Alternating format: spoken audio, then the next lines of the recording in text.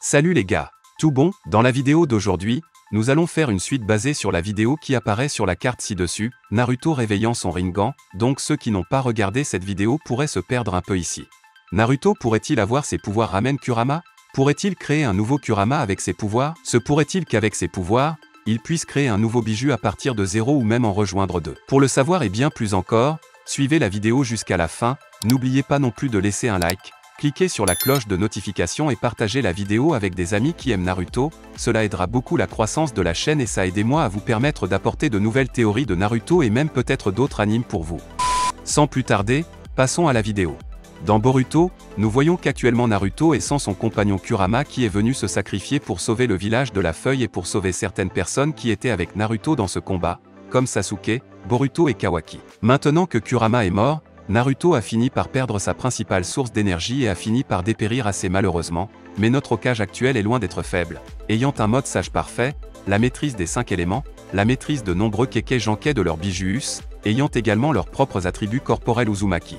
C'est-à-dire qu'il est loin d'être une personne faible dans tout cet environnement d'anime. Mais maintenant, en sortant un peu de l'anime et en entrant dans notre théorie de la vidéo montrée ci-dessus sur les cartes, cette même vidéo, Naruto pourrait-il créer un nouveau bijou?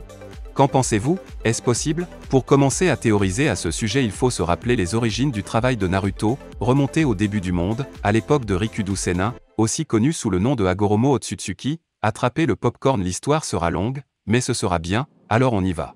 Il y a de nombreuses années, la Terre n'était rien de moins qu'un endroit où les humains se battaient pour un territoire et s'entretuaient en échange de la renommée et d'être le plus fort, mais un jour, cela a commencé à changer. Kaguya Otsutsuki est descendu sur Terre, a mangé le fruit du chakra et est arrivé en attirant beaucoup d'attention, provoquant plusieurs combats ici sur Terre et après un certain temps tombant enceinte de Hamura et Hagoromo. Elle avait également placé tous les humains à l'intérieur du Tsukuyomi infini pour former une armée de Zetsus blancs et les utiliser contre son clan, car elle craignait que le clan Otsutsuki ne vienne après elle pour lui voler son chakra, mais elle ne voulait pas que la course se termine. Alors elle a libéré certains humains de Tsukuyomi et a effacé leurs souvenirs de ce qui s'est passé, les libérant à travers le monde mais leur interdisant d'aller à l'arbre divin, car il y avait les corps des autres humains qu'elle n'a pas libérés. Pendant de nombreuses années, elle a effectué un rituel avec l'arbre de la dette qui impliquait d'y envoyer des humains et elle les piégeait dans les racines de l'arbre divin afin que l'arbre absorbe son chakra, entraînant ainsi la mort de l'humain laissé à l'intérieur.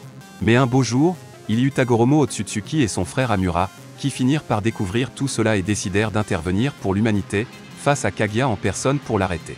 Hagoromo a réveillé son Rinnegan lors d'un combat contre son frère qui était contrôlé par sa mère, car la douleur de devoir tuer son frère était grande et il l'a fait, réveillant ses doujutsu. Mais tout n'était pas perdu, il réussit à sauver son frère et après une longue période de combat, pour être plus précis quelques mois, ils réussirent à sceller leur mère au centre de gravité d'une planète et Hagoromo devint le premier Jinchuriki dans l'histoire, scellant les Tentai en lui et mettant ainsi fin à l'histoire de Kaguya, ou c'est comme ça qu'il espérait que ce serait. Hagoromo un peu plus tard a utilisé ses compétences avec le Rinnegan et a divisé les pouvoirs des Tentai scellés en lui en 9 âmes, la bête étant un queue, Shukaku, à la bête à 9 queues, Kurama. Puis il les a répandus à travers le monde pour qu'ils puissent aider les humains, mais il leur a aussi laissé une prophétie, un jour tu viendras après tes pouvoirs et un jour tu seras à nouveau un, mais il y aura une personne qui te sauvera de ça, ça n'a pas été dit exactement comme ça avec ces mots mais c'est ce qu'il voulait dire et nous avons tout vu que c'est vraiment ce qui s'est passé dans Naruto.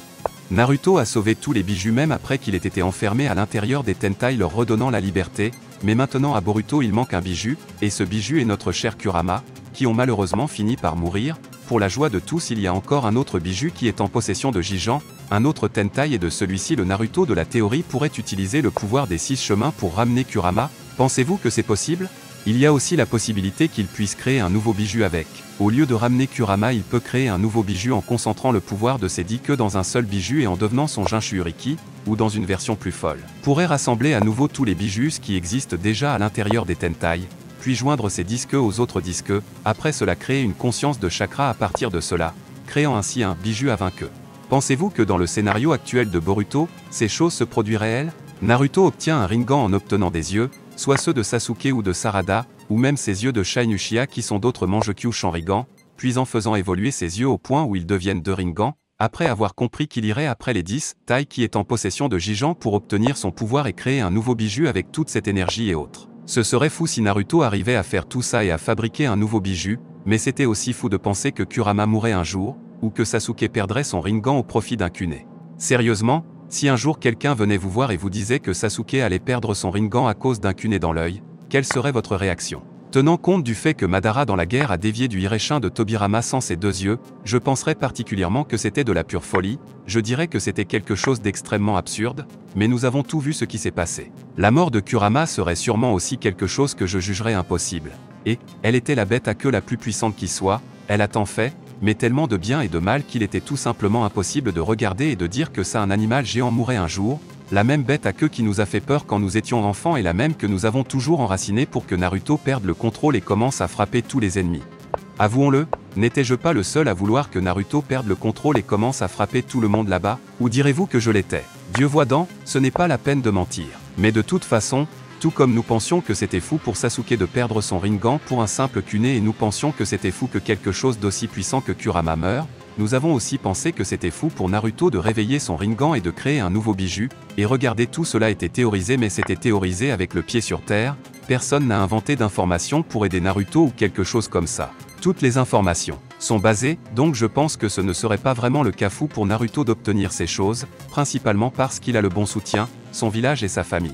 Naruto serait sûrement soutenu s'il prenait une décision à propos de Jigen et de gagner le pouvoir de battre Jigen et de protéger son village. Les gens soutiendraient certainement le Hokage en cela. Après tout, c'est le devoir du Hokage de protéger son village et c'est ce que Naruto et Kurama ont fait. Si Naruto obtenait ce pouvoir et poursuivait les Tentai de Jigen et réussissait à créer un nouveau bijou, quel serait son nom? Comment l'appelleriez-vous? Commentez-le ci-dessous, les surnoms que j'aime le plus, je les taguerai avec un cœur. Une autre chose est également un fait, si Naruto pouvait obtenir le pouvoir de cette bête à queue et le combiner avec les techniques qu'il possède déjà, comme le mode sage et dans cette théorie le Rinnegan, il serait certainement extrêmement puissant, revenant au classement des le plus puissant facilement, que s'il ne devenait pas le plus puissant de tous, ce serait beaucoup de pouvoirs combinés en une seule chose. Dans ce cas de Naruto avec les 20 Tai en lui, qu'est-ce qui changerait à Boruto? Pensez-vous que Naruto serait capable de battre tous les ennemis qui sont apparus ou est-ce que Jigen S Tentai n'est qu'un parmi des milliers? Je ne sais pas mais j'ai une certitude. Si Naruto avait le Rinnegan et avait aussi les 20 Tai, il n'aurait certainement pas perdu contre Jigen dans ce combat. Il aurait brisé le Jigen de plusieurs manières différentes avec une certitude absolue, et si nous exagérions un peu ici, il aurait à arracher le Momoshiki de l'intérieur de Boruto et l'aurait frappé ensemble en frappant Jigen. Ce serait beaucoup de puissance concentrée sur une seule personne et il pourrait la libérer en nous frappant beaucoup tous les deux et en montrant que le Hokage ne plaisante pas. Ensuite, Jigen devrait vraiment s'excuser auprès de Naruto d'être entré dans sa maison avec ses chaussures et d'avoir essayé d'obtenir son Kawaki et d'avoir essayé de l'éloigner du village, pour continuer à être l'une de ses expériences. En tout cas, c'était la vidéo, j'espère vraiment qu'elle vous a plu car il a fallu beaucoup de travail pour rassembler ces informations et mettre en place cette vidéo pour vous. Qu'avez-vous pensé de cette théorie des 20 Tai? Voulez-vous plus de vidéos sur ce sujet? Commentez tout ci-dessous et n'oubliez pas non plus de vous abonner à la chaîne pour plus de vidéos de théorie et tout le reste. Si vous l'avez aimé, cliquez sur le bouton j'aime, activez la cloche de notification et partagez-le avec vos amis qui aiment Naruto, ce aidera beaucoup dans le canal de croissance et vous aidera à vous apporter du nouveau contenu ici chaque fois que possible. Quoi qu'il en soit, c'était tout, jusqu'à la prochaine fois les amis.